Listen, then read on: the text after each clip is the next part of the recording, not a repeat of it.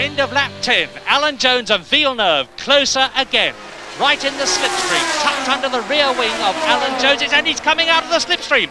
Gilles Villeneuve's going to try and take Jones on the outside of Tarzan. An incredible manoeuvre. Is he going to do it? Jones is fighting back. He's not going to let him, but Villeneuve keeps it on.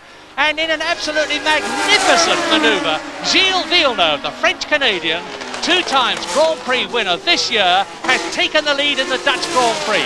Now, what is Alan Jones going to do about it? Can he do anything about it? Yes, and Villeneuve's lost it. Incredible! Villeneuve, 360-degree spin. Jones manages to avoid him and goes through and takes the lead. Fantastic! Alan Jones, and that's not Villeneuve behind him there, that's Nelson Piquet. And Villeneuve's got going again. He's still in the race, he's still in second place, but there's a new leader, and it's this man, number 27, Alan Jones. And that's Villeneuve again! He's done it again. And look at the near side rear wheel tyre. He's at Tarzan, and he's thoughtfully looking at the back of the car. Up comes his visor. What is he going to do? He's starting. He's spun the rear wheel right inside the tyre, back onto the circuit, throws mud and dirt all over it, and that's not good. And he's getting going. He's got a whole lap to go before he can get back to the pits, and now you can see the incredible shape of the rear wheels on modern Formula One cars, like gigantic aluminium cotton reels. And this is hardly believable. Villeneuve with a ribbon of rubber and nearly losing the car altogether. He's on 3 wheels, and the whole of the near side rear suspension must be dragging on the ground, and that won't be doing it any good at all. There's Piquet past him, and look at that, Sparks, he's on 2 wheels, not 3 wheels, and the whole of that near side wheel, rear wheel, is ripped off the suspension. It's dragging behind the car like a broken limb. And still Villeneuve motors on, determined to get back to the pits. And look at the offside front wheel right off the ground as the rear drags. And it's a miracle that the car isn't catching fire with all those sparks flying from the skirts and the near side. And he's doing a wheelie as he goes down the straight there. As they come to lap 76, closing up on De Angelis. And Arnoux pops out and has a look. That's Jody Scheckter in the background as being lapped. Arnoux has another look. And Villeneuve locks up his tyres. He is trying very, very hard indeed. 4th gear, up into 5th when they go over the crest of the hill, up to 160, 165 miles an hour as they come down to the right-hander at Villenueve. And it's there that they can pass, and Arnoux going to do it. René Arnoux is challenging for second as they come up to Villenueve, but Villeneuve will not give way. Arnoux got the inside line and the shorter line, and he takes second place as they go into the right-hander and the left at Sablier. And now Renaults indeed are first and second in the French Grand Prix, and the French crowd is going mad, roaring in the background. Well, this is incredible.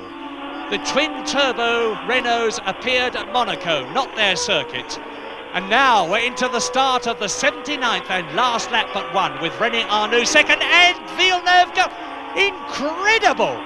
Villeneuve stood on everything, locked up his tyres, got the line, and he's back into second position on the last lap but one, and the French crowd aren't very happy about that, and who can blame them? This is incredible. This is the 79th lap in this 80-lap historic French Grand Prix, the oldest Grand Prix of them all. This is the 65th Grand Prix, and there has never been a more exciting battle for a major position than this one, with such French interest. Jabouille still ahead. And he's closed right up on Villeneuve, and he's going to try again. They're coming into the start of the last lap behind Jochen Maas. Arnoux is in 3rd position.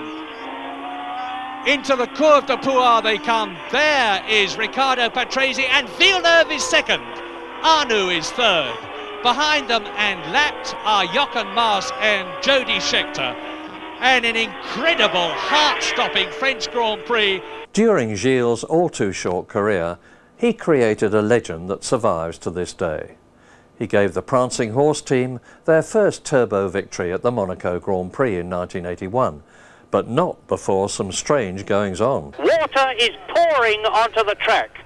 So the drivers will be faced with the problem, if the race starts, and it's inconceivable to me that it could do so under present circumstances, of going from a totally dry track into a dark tunnel at 150 miles an hour plus, suddenly hitting a wet patch, a very limited area, and that could be, to put it very mildly indeed, suicidally dangerous. A real dilemma for the organisers then. Nelson Piquet is still leading in the Brabham on lap 54 out of 76, but that's Piquet! You've joined us at a tremendously dramatic moment, because Piquet is clearly out of the race into the Armco. My goodness, what excitement at Monaco. Round Laurent, he can almost push the clutch home and coast in now. Gilles Villeneuve is the Ferrari mechanics are already out in the road, and Villeneuve is accelerating away, and Gilles Villeneuve in the Ferrari wins the Monaco Grand Prix. One of the most exciting we've seen in a succession of exciting Grand Prix. At Jarama in Spain, Villeneuve drove a brilliant race to hold off a snake of better handling cars and lead home a bunch of 5 separated by just 1.2 seconds. Ferrari leads Williams, leads Talbot. Turbocharged 1.5 litre engine leads a Ford V8 engine, leads a Matra V12 engine, and again Reutemann challenges, and again Villeneuve holds him off. If any one of them makes a mistake or puts a wheel wrong, there will be a dramatic change in the race positions, and now Lafitte all over Villeneuve, who's holding him up on this twisty section of the course, desperately striving to keep his position, while Watson closes up on Lafitte. Reutemann closes up on Watson. De Angelis closes up on Reutemann as they go round the left-hander and up toward out of Bugatti, and Lafitte tries again as they go into the Monza turn. Now there's just a short stretch from the Monza turn to the tunnel turn. This is the last few hundred yards of the Spanish Grand Prix, and Lafitte tries. But now Villeneuve's only got to put his foot down, and Villeneuve in the Ferrari wins from Lafitte, Watson, Reutemann and De Angelis. The Spanish crowd justifiably goes mad. In the 1982 San Marino Grand Prix, a row between Fisa and Foca decimated the field, but with the Ferraris of Villeneuve and Didier Peroni battling it out, the Italian crowd were overjoyed.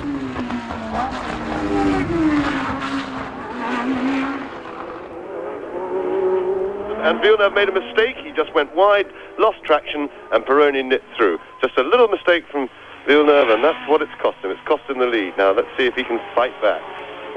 Yeah, Villeneuve's well placed now. He's picking up the draft well. He's going to be alongside. Which side's Peroni going to keep? Peroni, I think, has made him go the way he shouldn't have done. The long way around, Villeneuve's inside. Ooh! Absolutely side by side. But Villeneuve's got the line up the hill into the next corner. And look at the ATS right in the line of both of them, and Villeneuve takes his opportunity, comes out to the left, and it could be that Peroni's going to be balked, and they go through absolutely together, and Villeneuve leads again.